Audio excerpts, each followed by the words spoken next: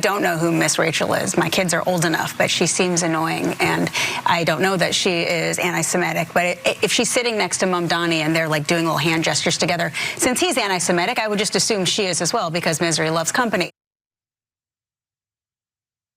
Fox News contributor Nicole Safier just assumes Miss Rachel is anti-Semitic because she was seen singing and reading to children with New York City Mayor Zohran Mamdani. The joint appearance by Mamdani and Miss Rachel, who was a part of Mamdani's inauguration committee, was all part of Mamdani's push for free childcare in the city. He posted, "This morning, Ms. Rachel and I visited District 2 Pre-K Center, where we sang and read with the wonderful students and educators. We also discussed universal childcare and how we're making it happen for New York City. Sounds great." The proposal will expand free and affordable childcare for thousands of New York City families. Under the proposal, New York City would roll out a new 2Care program offering free childcare for 2-year-olds beginning in high-need areas as early as 2026 and expanding citywide over 4 years. The state would fully fund the program's first 2 years. Governor Kathy Hochul and Mamdani also pledged to stabilize and expand the city's 3K program with the goal of achieving universal access. And here's more of what Fox had to say about the story. What a time to open a child care center, right? More Leering centers. If there's anything we've learned from Nick Shirley is we need more child care centers with no children, more daycares with no children, more medical non-emergency transport programs with no people. I mean, of all the times to announce you're going to put more funding into something like this, now is an incredible time. And I just got to say with this Miss Rachel person, it just immediately creeps me out when you have adults that dress like children and behave that way. If you're a parent that has your children watching this, maybe second guess it for reasons of being creepy and also some of her political leanings a little problematic. Well, she is absolutely not in our house at all, at all. And it's not just because she's annoying, which I find it all very grating and cloying, but when she also made her whole personality about hating the Jewish state and basically apologizing for Hamas and promoting all their propaganda, that was a definite hard no red line in my household. Well, now we know why Mamdani likes her. I mean, right, it's sort of on brand, isn't it? No, it's not, because she never apologized for Hamas. She's just against the genocide in Gaza and the slaughtering of innocent children, and the same applies for Mamdani. In fact, yesterday, Ms. Rachel published a series of videos calling for an end to the suffering in Gaza. Let's watch.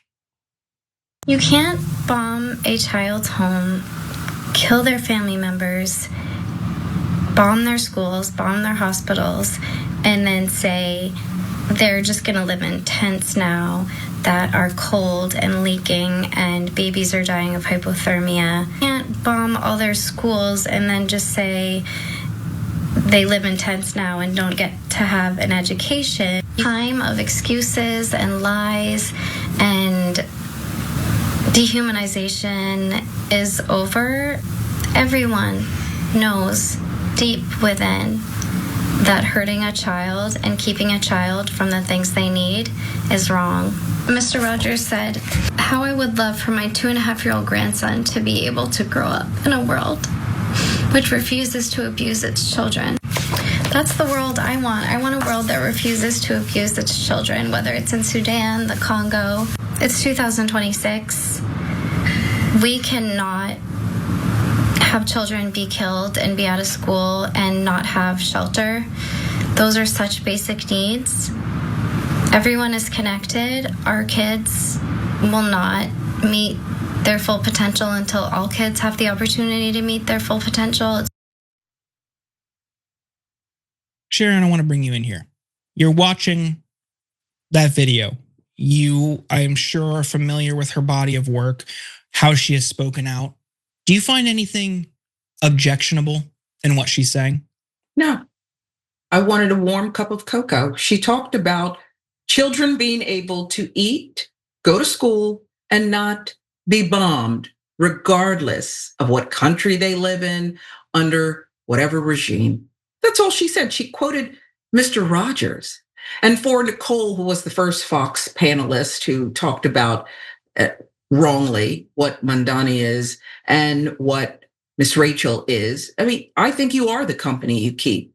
And I'm with Miss Rachel, okay, and Mamdani, okay? I'm with them, not with, Nicole and the others should look to the left and the right and see who they're sharing a panel with. If we can't agree that children, who, by the way, Miss Rachel talked about the terrible things they're existing under. But by the way, you're also radicalizing people because they have no choice. No hope means I just fill whatever void with something else. And that's going to come back to bite you too. And I don't think that should be the reason why you do the right thing, the humane thing, but it's just another byproduct of this. Others, those people, as if a Palestinian mother doesn't love her children as much as those women do. It's just God awful. Keep going, Miss Rachel, and keep dressing however you want. Yeah, I mean, her statements from the jump were, I don't want to see kids dead. If you are twisting yourself into a pretzel to think that the person who says that is your enemy, you're the problem. Think about how evil, how warped you have to be to take issue with a statement like that.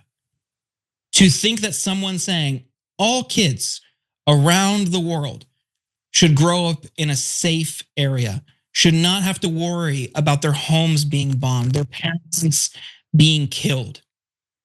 What's wrong with that?